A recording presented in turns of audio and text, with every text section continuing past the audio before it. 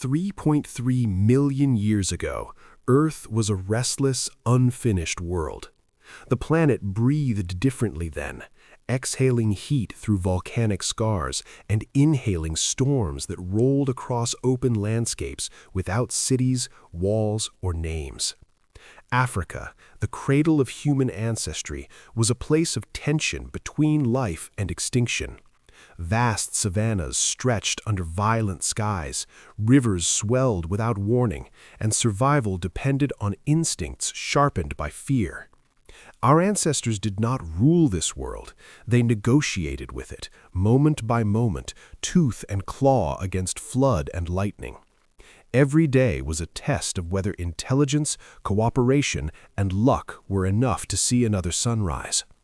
The hominins of this era were not yet human, but they were no longer simple animals. They walked upright more often than not, freeing their hands to carry food, infants, and tools fashioned from stone. Their brains were small by modern standards, yet already expanding, already demanding more energy, more coordination, more foresight. They lived close to water because water meant life. But water also meant danger. Rivers that nourished could transform into roaring monsters within hours. Storms did not announce themselves gently.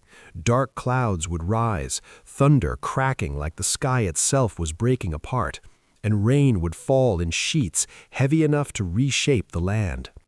In this world, a storm was not just weather, it was a potential extinction event.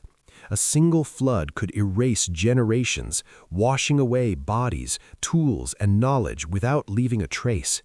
There were no caves reinforced by firelight, no written warnings passed down.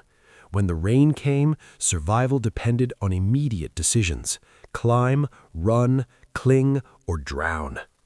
Families and small groups huddled together, bound by fragile social ties that were still evolving.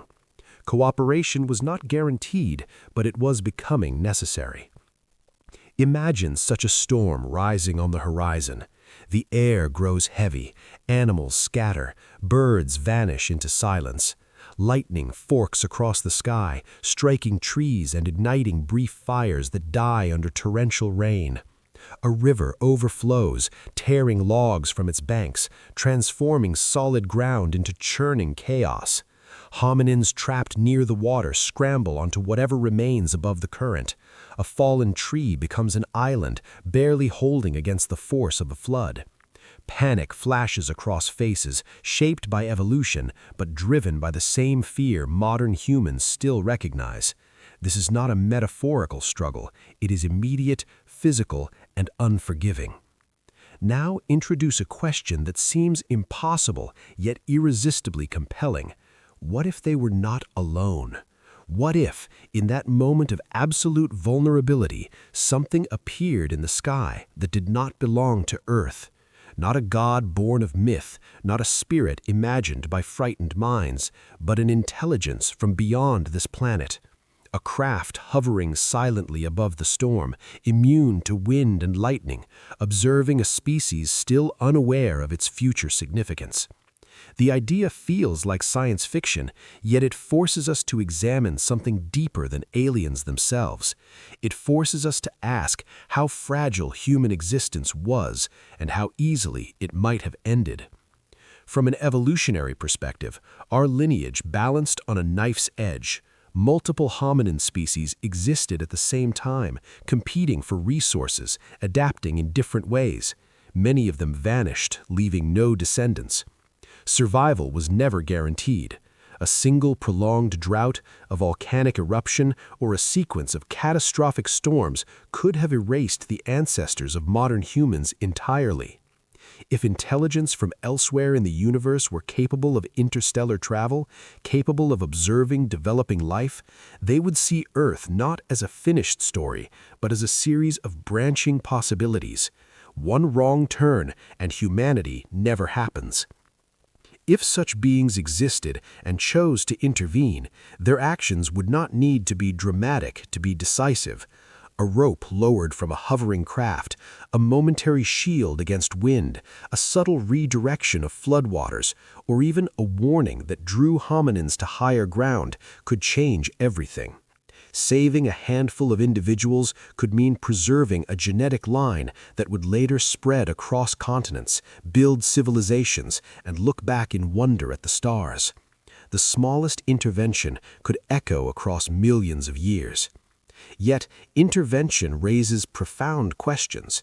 Would helping our ancestors violate some cosmic rule of non-interference? Would it be ethical to alter the course of evolution, even to prevent extinction? From our modern viewpoint, saving lives feels inherently moral, but evolution itself is indifferent. It rewards survival, not fairness. If aliens intervened, humanity would not be a purely natural outcome. Our existence would carry an invisible fingerprint of outside influence woven into our deepest history. For the hominins themselves, such an encounter would be beyond comprehension. They had no language to describe flying machines or beings from other worlds. Their understanding of reality was immediate and sensory. They knew hunger, fear, warmth, and pain. If a strange figure descended from the sky with smooth skin, large eyes, and movements unlike any animal they had seen, their reactions would be instinctive: terror, awe, submission, or flight, perhaps all at once. The concept of alien would not exist. It would simply be something powerful, something that controlled the storm rather than feared it. Over time, if such encounters happened more than once, they could shape behavior in subtle ways. Survivors might associate safety with the sky, with certain shapes or lights. They might gather in specific places, follow patterns that unknowingly mirrored previous interventions. These behaviors could influence migration routes, settlement patterns, and social structures. Even without conscious understanding, the memory of salvation could linger as instinct or myth, passed down through gestures, sounds, and rituals long before spoken language emerged. The archaeological record today shows gaps, sudden changes, and mysteries we still struggle to explain. Tools appear more advanced than expected for certain periods. Populations spread rapidly into new environments. Some species disappear abruptly while others thrive. Science explains much of this through climate shifts and natural selection, but not everything fits neatly. Speculation about extraterrestrial involvement is not evidence, but it highlights how incomplete our understanding remains. The further back we look, the more fragile the trail becomes.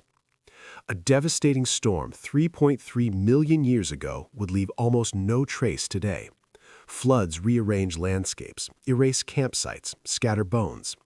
If an alien craft hovered above that chaos for minutes or hours, there would be nothing left to prove it. No metal fragments, no radiation signatures lasting millions of years. The absence of evidence would not disprove the possibility. It would simply reflect the brutal efficiency of geological time. The idea of aliens saving our ancestors also reframes humanity's relationship with the universe. Instead of seeing ourselves as accidental survivors of Earth alone, we become part of a larger cosmic story. Life observing life. Intelligence recognizing potential intelligence, not as creators or gods, but as witnesses who chose to act. This does not diminish human achievement. If anything, it underscores how extraordinary it is that, from such vulnerable beginnings, a species emerged capable of asking these questions at all. At the same time, the scenario forces us to confront an uncomfortable thought. If our existence depended on help once, could it depend on help again? Modern humanity faces storms of a different kind.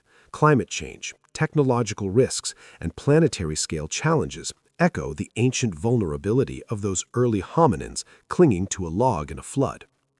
We have more knowledge, more tools, but also greater consequences. If no one comes to help us now, the responsibility is entirely our own. Looking back at life 3.3 million years ago, the line between extinction and survival was unimaginably thin. A storm could end a species. A moment of cooperation could save it. Whether aliens were involved or not, the lesson remains the same. Our ancestors survived because they adapted, because they held on, because something, whether chance or intervention, allowed them to endure. The image of a rope descending from the sky is powerful not because it proves anything, but because it symbolizes hope in the face of overwhelming odds. In the end, the question is not only whether aliens could have saved our ancestors, it is whether we recognize how close we came to never existing at all. Every human alive today is the product of countless narrow escapes, of storms survived and disasters avoided. The past is not a stable foundation, it is a miracle balanced on chaos. When we imagine beings from the stars watching that ancient storm, we are really imagining ourselves, looking back with empathy and awe at how fragile life once was. If aliens did intervene, their greatest legacy would not be technology or knowledge, but time. Time for evolution to continue, time for brains to grow, for language to emerge, for culture to form. Time for a species to arise that could eventually look outward and wonder if anyone else was ever there, hovering silently above a storm, deciding whether to help. Whether the universe is silent or crowded with watchers, the survival of our ancestors remains one of the most improbable stories ever told. Life 3.3 million years ago was harsh, violent, and unforgiving. And yet, from that world came us, saved by chance, by resilience, or perhaps by something more. Humanity endured. And that endurance, more than any speculative visitor from the stars, is the true mystery worth contemplating.